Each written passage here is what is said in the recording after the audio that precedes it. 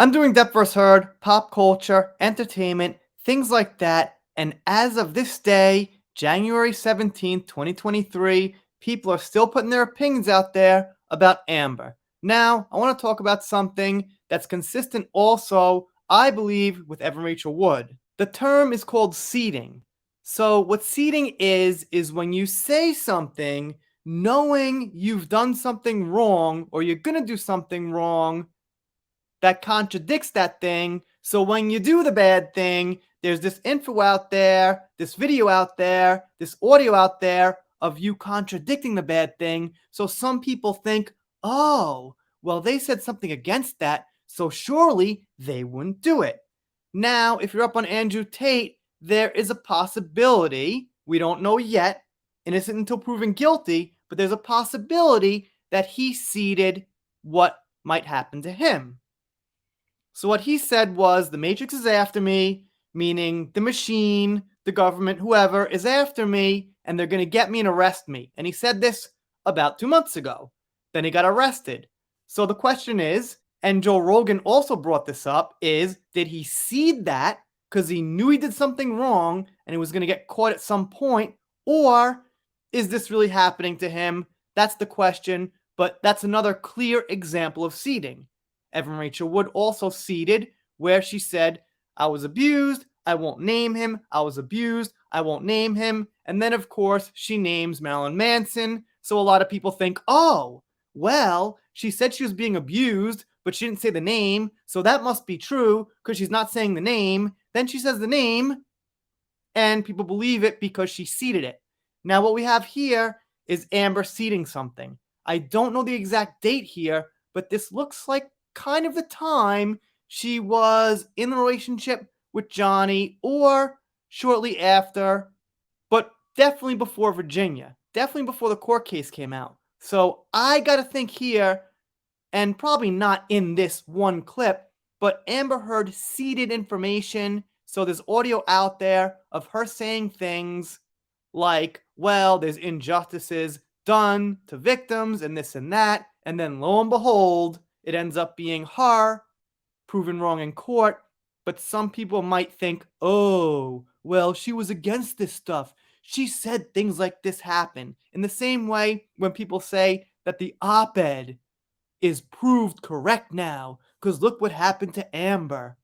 Forget the facts and evidence that she actually defamed Johnny and abused Johnny. They believe the seed. So let's see what we got here. So this is obviously from an Amber supporter. She's got about 1,000 followers, so she's got an account, you could say. Many say they chose neutrality or silence in the Depp vs. Heard case, but as great minds, including Desmond Tutu, Martin Luther King Jr., and Amber Heard, have cautioned in the past, silence in the face of injustice is damaging. Speak up for Amber. I stand with Amber Heard. And to put Martin Luther King in the same category as Amber Heard, I would say is one of the most grossly miscalculated things I've seen in quite a while. And I see things every day looking for content, but that is not very tasteful. I mean, what do you think about that? That's a pretty out of reality statement there. The day that you throw your hands up and you're just content to accept injustice, you're dead. We all are. Because if it's unfair for one person, it's unfair for us all. The day that you throw your hands up and you're just content to accept injustice, you're dead. We all are. Because if it's unfair for one person, it's unfair for us all. So obviously, the seed here is, well, I know I did this stuff to Johnny, and one day it'll probably come out, this and that.